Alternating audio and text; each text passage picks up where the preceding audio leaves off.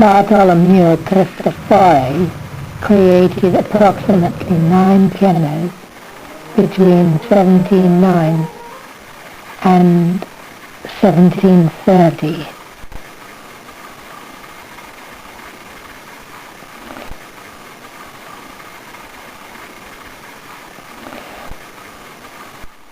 It wasn't a piano that by name as we know it today. It was originally the choice of Bartolomeo Cristofori to call it articembalo or clavicembalo di arpa, which basically meant grand harpsichord, and explained that it was struck by hammers rather than quills. The harpsichord that can play quietly and loudly, but never so much as intelligibly. Cristofori constructed what became the first piano about 1709. Instead of the quilled jacks used to pluck the string on the harpsichord, Cristofori used the invention of hammers. His system of leverage for the one hammer increased its velocity by 8 times that of the keys and achieved an escapement which is not commonly realized. That was achieved by the notch which was on the first primary lever, by which, when the jack lifted it, as the hammer gradually reached the string, the jack dropped away from the notch, allowing the hammer to escape. The hammer was then caught by which is called a rear check, which is used in the common pianos of these days. Anyone who tells you that a piano was never invented as such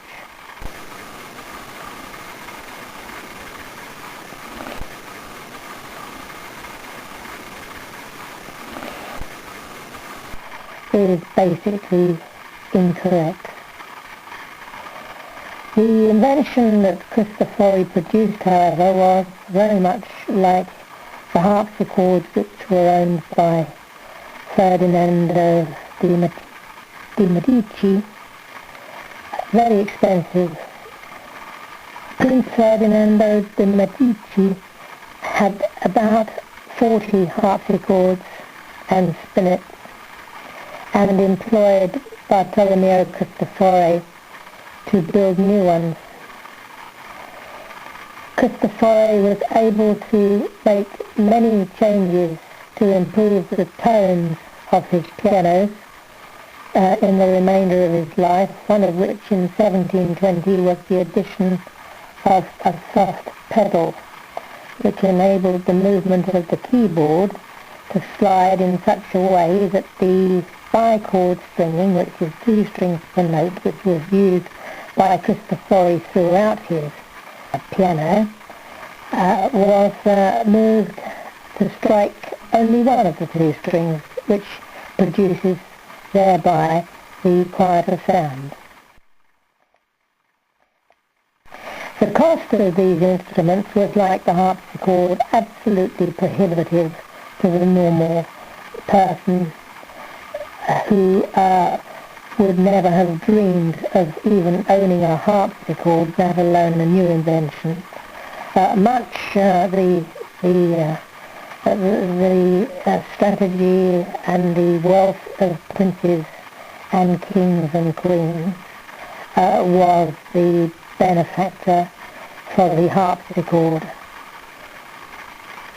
We come to the productions of Silbermann in Germany, who produced, by copying the similar actions to those which Cristofori had invented, having died basically unrecognized and with wealth at all from his invention, other than his employ with the Prince Ferdinando de' Medici. Such the popularity of opera in the 18th century was such that this largely overshadowed the development of the piano, but the square piano in the mid-1700s enabled the affordability to be going towards the middle classes, and by the 1780s and 90s the constructions of the first grand piano as such were affordably produced for the homes, very much heralded by manufacturers such as John Broadwood and Sons, which was in fact instigated in approximately 1728. By the time we arrive at 1810 and 1820, the Erard family in France, Paris, Sebastian Erard, invented the double escapement action, which was basically a second lever which enabled the capturing and harnessing of the intense velocity of the hammer as it rebounds from the string to be harnessed in such a way and controlled that repetition of the sound was more affordably producible by the player. And along with the invention of the agrafe, which was a means of connecting the strings by position on the frames. Now the early steel frames did not come in until the early 1800s, and the iron frame was not invented by production as it had to be forged in foundries until the mid-19th century. By the time of the 19th century, the piano still had not achieved a secure future in terms of reliability, and composers such as Liszt, as such great performer he was reputably often breaking the strings, because the instruments which his performances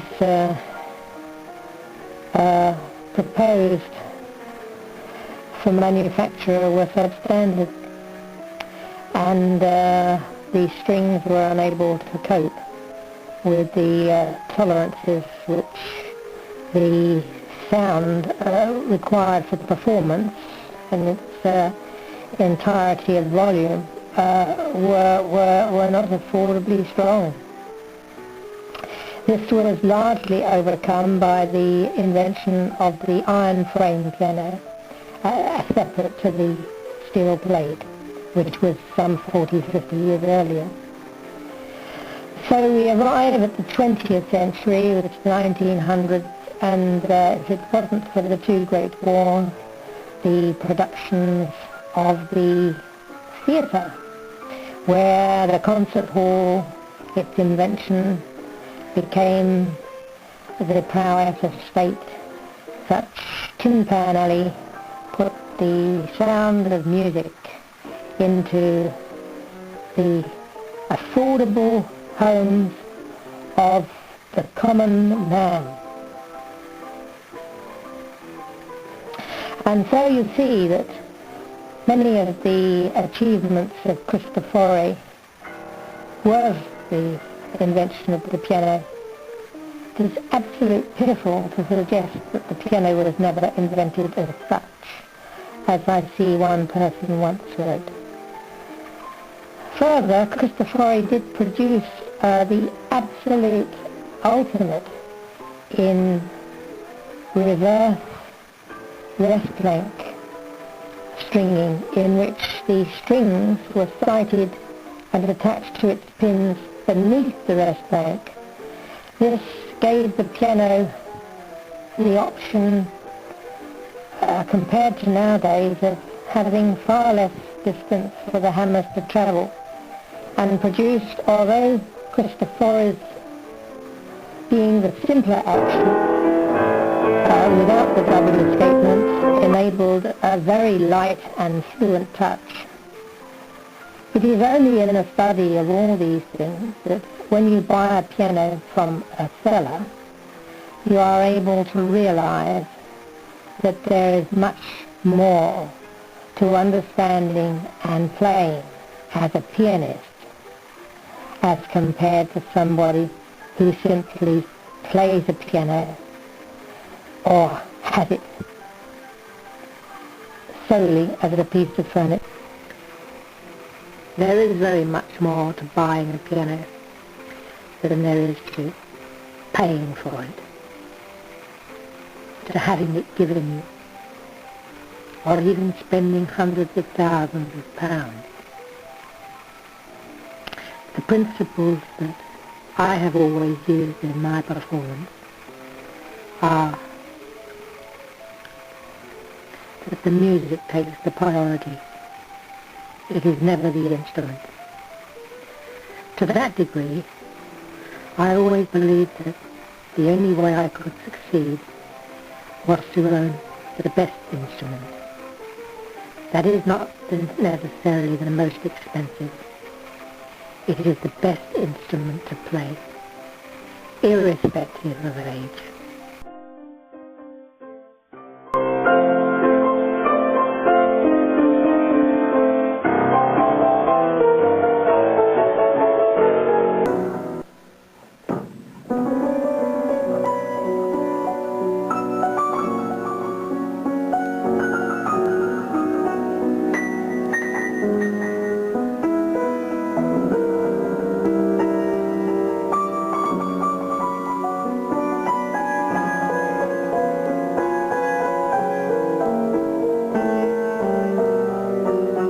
Irrespective of maker and irrespective of manufacturing design or type.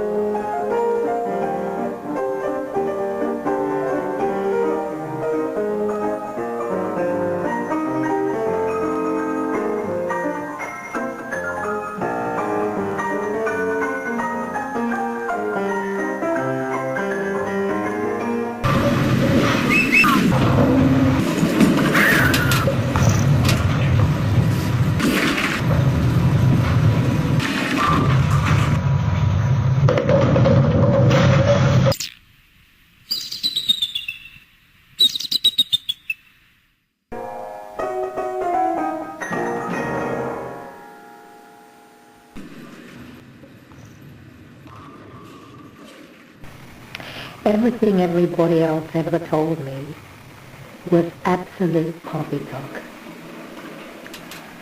I think the evidence that will ever stand before you is my composition, which proves that the only reason for owning a piano is to produce the sound of music. It is absolutely ironic that in the days that we have 2.5 centuries later from its design inception by Cristofori, achieved a state whereby everyone has access to a piano, but the music so much more, which is written for it, is more diabolical than even the music for the harpsichord, which was once the realm of kings and queens and princes by affordability. One wonders where another 100 years will take you when you realise that there is nowhere else that strings, that wood, that metal, that catgut, that felt has to go to achieve what in sound has been achieved in 300 years. And whether electrically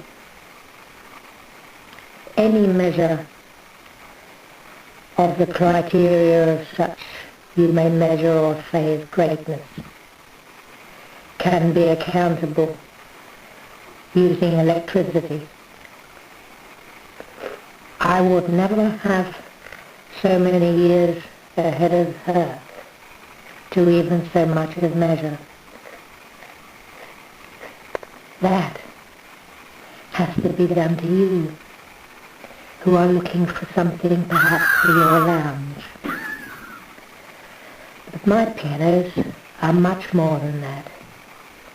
I chose them to be the finest performing instruments. I don't know about the music that you make, and I never heard much of Chopin or Liszt. That's why I write my own. Fernando Ray signing off. Memories of Silberman, of Bartolomeo Cristofori and Ferdinando de' Medici. Nothing in a large world where everything is known about everything and everyone can sustain as much, surely, for any production of any piano in the home as much as it did when there was more in the 17th century. Such greater desire to make it. I bid you good luck on your search. Fernando Ray.